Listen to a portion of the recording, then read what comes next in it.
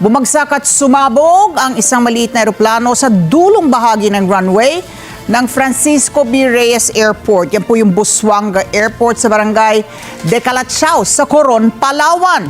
Sa report po ng Philippine National Police Aviation Security Group, ang aircraft na may tail number RPC 2984 ay umalis po sa Busuanga Airport bandang alas 11:30 kaninang umaga.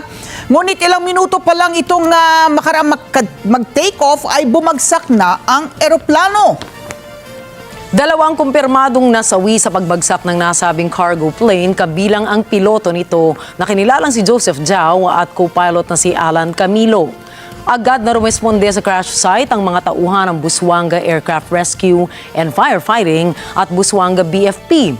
Habang sa paunang investigasyon, lumalabas na posibleng engine trouble ang naging sanhi ng pagbagsak ng eroplano. At kinumpirma naman po ng Civil Aviation Authority of the Philippines o CAAP na ilang flights ang na-divert sa ibang mga paliparan dahil po sa nasabing insidente. Ito po ang flight SJ6035 na na-divert po sa Clark, ang PR2664 na na-divert sa Mactan at ang PR2681 na na-divert naman sa Clark. At ilang sandali po tapos pong insidente, naibalik naman po sa normalang operasyon ng Busuanga Airport.